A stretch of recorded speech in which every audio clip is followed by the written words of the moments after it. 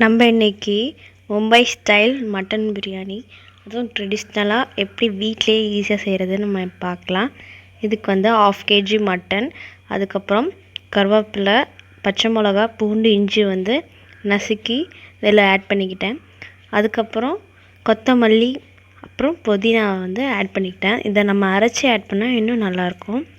அப்புறம் 1 table spoon வந்து மஞ்சள்தூள், அப்புறம் 2 டேபிள் ஸ்பூன் வந்து சில்லி பவுடர், அதுக்கப்புறம் 1 டேபிள் ஸ்பூன் வந்து கொரியாண்டர் பவுடர், அதுக்கப்புறம் பிரியாணி மசாலா வீட்டில் செஞ்சது, அதை ஒரு டேபிள் ஸ்பூன் ஆட் பண்ணிக்கிட்டேன். பிரியாணி மசாலா இல்லாதவங்க வந்து 1/2 டேபிள் ஸ்பூன் வந்து கரம் மசாலா ஆட் பண்ணிக்கலாம். அதுக்கப்புறம் 1/2 லெமனை வந்து ஜூஸாக நம்ம ஒரு 10 to 12 ட்ராப்ஸ் வரும், அதை நம்ம ஆட் பண்ணிக்கலாம். அதுக்கப்புறம் 1/2 டேபிள் ஸ்பூன் வந்து கர்ட் ஆட் பண்ணிக்கோங்க. கர்ட் வந்து ஆப்ஷனல் தான். அதுக்கப்புறம் தேவையான அளவுக்கு நம்ம உப்பு ஆட் பண்ணிக்கலாம். இதை வந்து நல்லா மிக்ஸ் பண்ணணும். இந்த காரம் அதுக்கப்புறம் உப்பு எல்லாம் வந்து இந்த மட்டனில் வந்து ஏறுற மாதிரி நம்ம மிக்ஸ் பண்ணணும். இப்போது வந்து நான் 2 பெரிய வெங்காயம் எடுத்துக்கிட்டேன். 2லேருந்து 3 பெரிய வெங்காயம் எடுத்துக்கோங்க. அதை வந்து நல்லா ஃப்ரை பண்ணணும். ஆயிலில் நல்லா ஃப்ரை பண்ணிவிட்டு இதில் நம்ம ஆட் பண்ணிக்கலாம். இது ஃப்ரை பண்ணி நம்ம ஆட் பண்ணுறதுல வந்து தனி டேஸ்ட்டாக இருக்கும். இதை வந்து நம்ம 1/2 an hour நல்லா ஊற வைக்கணும். இது நம்ம சைடில் வந்து ஒரு ஃப்ரையிங் பேன் எடுத்துக்கோங்க. அதில் வந்து பட்டை, லவங்கம், ஏலக்காய், அதுக்கப்புறம் கிராம்பு, அன்னாச்சிப்பூ இதெல்லாம் வந்து போட்டு நல்லா வறுக்கணும். இதில் வந்து ஆயில் நம்ம சேர்த்துக்கவே கூடாது. ஆயில் ஃப்ரீயாக நம்ம வந்து இதில் நல்லா ஃப்ரை பண்ணணும். அதுக்கப்புறம் 1 டேபிள் ஸ்பூன் சீரகம், 1 டேபிள் ஸ்பூன் வந்து பெருஞ்சீரகம் இதில் ஆட் பண்ணிக்கலாம். இது நல்லா கோல்டன் ப்ரௌன் கலரில் நம்ம வந்து வறுக்கணும். இதை நம்ம வறுத்தக்கப்புறம் இந்த மட்டனில் வந்து நம்ம இதை ஆட் பண்ணிக்கலாம். இப்போ நம்ம மிக்ஸ் பண்ணும்போது இந்த பிரிஞ்சி இலை வந்து உடையும். அப்போவே நல்லா வறுத்துருக்குன்னு அர்த்தம். இதை நல்லா நம்ம மிக்ஸ் பண்ணி ஒரு 30 to 40 minutes நல்லா வெளியே வச்சுக்கணும். ஃப்ரிட்ஜில் வைக்க வேணாம். இது கூட வந்து நம்ம ஒரு பெரிய தக்காளி எடுத்துக்கலாம். நாடு தக்காளி எடுத்துக்கோங்க, இல்லைனா பெங்களூர் தக்காளி எடுத்துக்கோங்க. இதை வந்து குட்டி குட்டியாக கட் பண்ணி நம்ம இதில் ஆட் பண்ணிக்கலாம். இப்போது ஒரு 2 டேபிள் ஸ்பூன் வந்து ஆயில் ஆட் பண்ணிக்கோங்க. அதுக்கப்புறம் 1 டேபிள் ஸ்பூன் வந்து பட்டர் ஆட் பண்ணிக்கோங்க.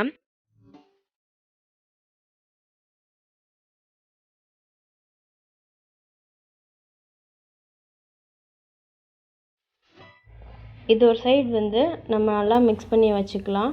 இப்போ வந்து ஒரு ஃப்ரையிங் பேனில் 3 டேபிள் ஸ்பூன் வந்து ஆயில் ஊற்றிக்கோங்க. நம்ம வந்து 30 நிமிஷம் நல்லா ஊற வச்சுருந்த மட்டனை இதில் நம்ம ஆட் பண்ணிக்கலாம்.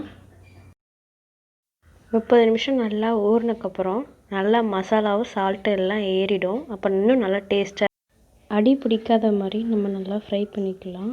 அடி பிடிச்சா வந்து அந்த அடி பிடிச்ச வாசனை தான் மட்டனில் வந்து நிறையா அடிக்கும்.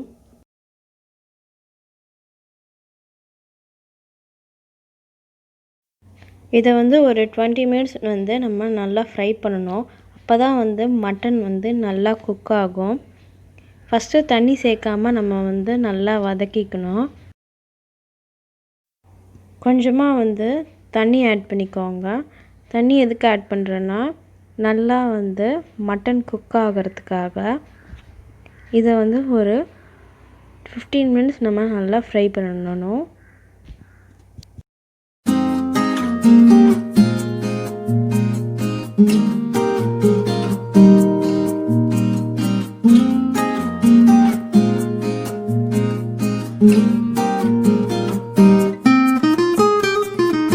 இது ஒரு சைடில் நம்ம நல்லா கொதிக்க வச்சிடலாம். இப்போது ஒரு பாத்திரத்தில் ஒரு 2 டேபிள் ஸ்பூன் நெய் போட்டுக்கோங்க.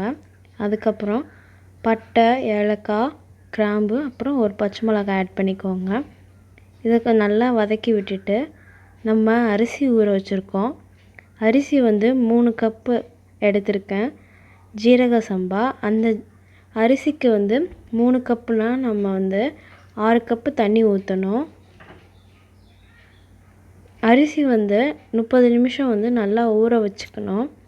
அதுக்கப்புறம் பொறுமையாக வந்து அரிசியை வந்து இதில் நம்ம ஆட் பண்ணிக்கலாம். இதை வந்து நம்ம ஆஃப் பாயில் தான் பண்ண போகிறோம். ஸோ வந்து நெருப்பு கம்மியாக வச்சு நல்லா கொதிக்க விட்டிங்கன்னா நல்லா டேஸ்ட்டாக இருக்கும். அதுக்கப்புறம் கொத்தமல்லி புதினா வந்து கொஞ்சம் ஆட் பண்ணிக்கோங்க.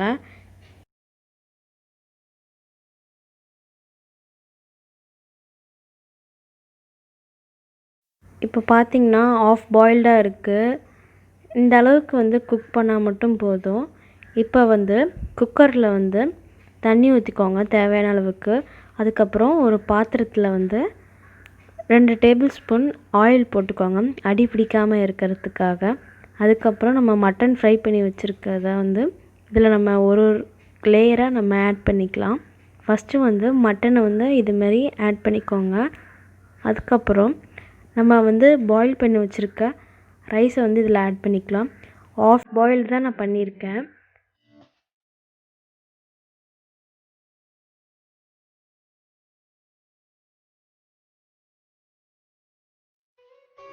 இது மாதிரி நம்ம ஒரு லேயராக நம்ம ஆட் பண்ணால் இன்னும் நல்லா ஸ்பைஸியாகவும் இருக்கும், நல்லா டேஸ்டியாகவும் இருக்கும்.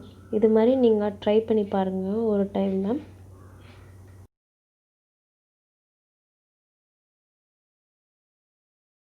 இதில் வந்து தேங்காய் பால் ஆட் பண்ணலாமான்னு கேட்பீங்க. தேங்காய் பால் ஆட் பண்ண வேணாம், இதுவே வந்து போதும். நம்ம வந்து லெமன் ஆட் பண்ணுறதுனால வந்து தேங்காய் பால் ஆட் பண்ண வேணாம்.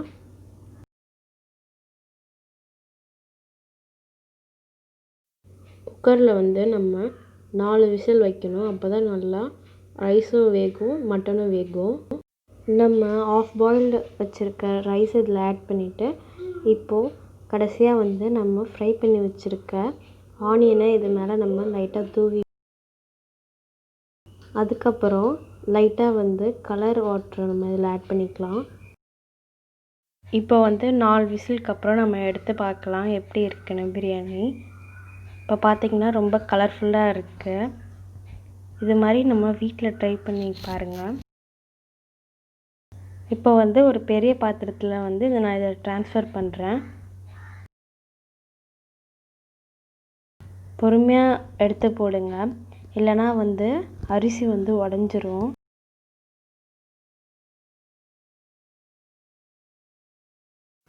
நல்லா குழையாமல் இருக்குது. நெருப்பு கம்மியாக வச்சு குக் பண்ணிக்கோங்க. அதுக்கப்புறம் கடைசியாக வந்து ஒரு டேபிள் ஸ்பூன்லேருந்து 2 டேபிள் ஸ்பூன் அளவுக்கு நம்ம நெய் போட்டால் இன்னும் நல்லா வாசனையாக இருக்கும், நல்லா டேஸ்டியாகவும் இருக்கும். உங்களுக்கு இந்த வீடியோ பிடிச்சிருந்துச்சுன்னா லைக் பண்ணுங்கள், ஷேர் பண்ணுங்கள். குக்கரில் வந்து நெருப்பு வந்து கம்மியாக வச்சு விசில் விட்டுக்கோங்க. அப்போ தான் வந்து கீழே வந்து அடி பிடிக்காது. அதே மாதிரி பாஸ்மதி அரிசி யூஸ் பண்ணிங்கன்னா இன்னும் நல்லா டேஸ்டியாக இருக்கும். நான் ஜீரக சம்பா எடுத்துக்கிட்டேன். மட்டன் பிரியாணி இது மாதிரி ஒரு தடவை செஞ்சு பாருங்கள் வீட்டில். தேங்க்யூ.